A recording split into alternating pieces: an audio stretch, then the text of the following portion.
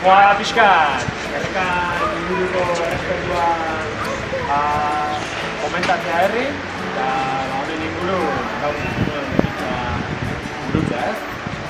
Azkeneko urtetan ekimen hau bizitazio, azkeneko aldea 2007 urte nintzen, eta iruditu zaigu ekimen politika dela ingurumenarekiko sentsibilizazioa sortzeko herri, eta orduan, berriz martxan jarri nahi dut, eta urrengo urtetan indarra.